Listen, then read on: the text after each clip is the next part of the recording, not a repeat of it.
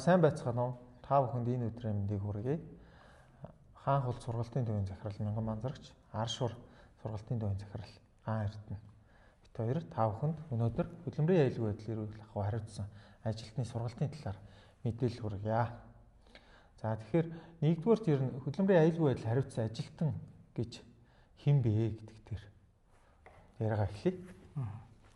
За хөдөлмөрийн аюулгүй байдал эрүүлэх ахуй ажилтан тухайн байгууллагын бизнесийн үйл ажиллагаан дээр очиод ажилтны байгууллагын үнэт зүйлс болсон ажилтны аюулгүй ажиллагааг яаж хангах юм бэ?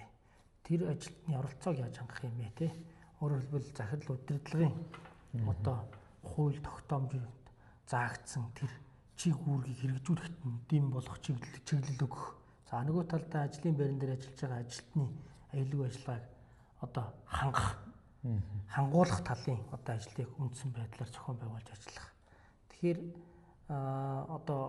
уул уурхайн барилгын ажил удахгүй эхэлнэ. Тэгэхээр нөгөө байгууллага дээр чи хабын ажилт нэрэлт хэрэгцээ шаардлага гарч ирж байгаа. Ямар ажилтныг бэлдэж авах юм бэ гэдэг ойлголт байгаа тий. Тэгэхээр энэ талаар бас нэг. За тэгэхээр ер нь бол хаб хариуцсан ажилтан гэдэг дээр бид нар байгууллагын хаб гэдэг нэр чи өөрөө аюулгүй байдал эрүүлэх ахуйг хангаж ажиллах ийм хүнийг ажилд авах гэдэг тийм. Хаб хариуцсан ажилтныг бэлтгэхэд бол үндсэн хоёр асуудал байна шүү. Нэгдүгээрт бакалавраар 4 жилийн хугацаанд бэлтгэгдэх, эсвэл 4 жилийн хугацаанд бакалавр эзэмшсэн хүнийг тухайн салбарт нь мэргэсэн хаб болох, мэргэшүүлэх асуудал. Төр сургалтаар мэргэшүүлэх асуудал. Тэгэхээр мэдээж та барилгын инженер хүн бол барилгын салбартаа мэргэшиж ажиллавал нөгөө туршлага дээр үндэслээд илүү бас ажлын байран дээр үр дүнтэй ажиллах ийм асуудал. Хөдөлмөрийн аюулгүй байдлыг технологичл талаас нь хангахад бол тэр суур инженерингийн мэдлэг нь илүү төхөн болох гэдэг нь ойлголт байна шүү дээ. Тэгэхээр холбогдох хууль тогтоомжн дээр хөдөлмөрийн аюулгүй байдлыг эрүүлэх ахуй хуулийн дээр бол 27-гийн 4-р цаалт эргээд нэг ярих шаардлага болчихж байгаа. За хуулинд бол юу гэж заасан бэ нөхөр заавал инженер суурьтай, эрүүл ахуйн боловсролтой хүнийг хөдөлмөрийн аюулгүй байдлыг эрүүлэх ахуй ажилтан нараа авч ажиллуулна, бэлтгэнэ гэдэг нэг юм ойлголтойгоо бол өнөөдрийн нийгмийн байдал бол хөдөлмөрийн аюулгүй байдалтай холбоотой асуудалгүй салбар гэж байхгүй болчлоо тий. Зөвхөн барилга инженерчлэлийн уул уурхай асуудал биш.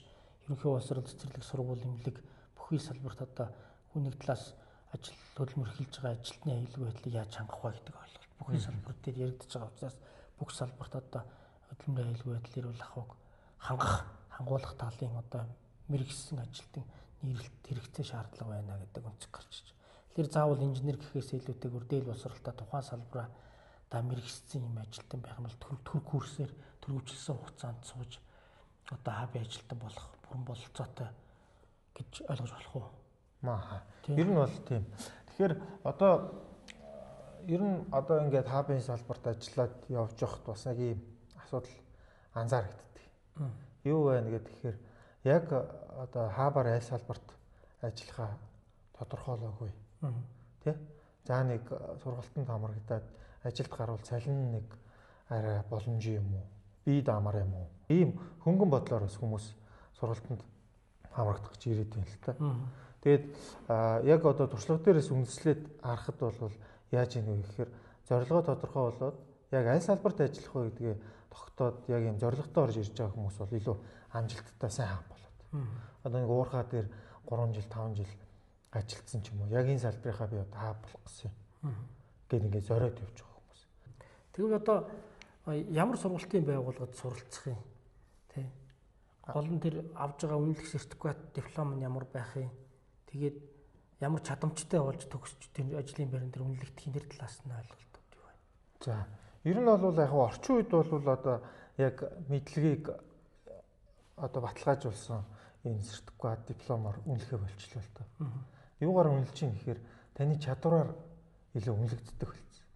Тэр үнэлэмжинд чинь л эргээд цалин өгөх гээд байгаа байхгүй.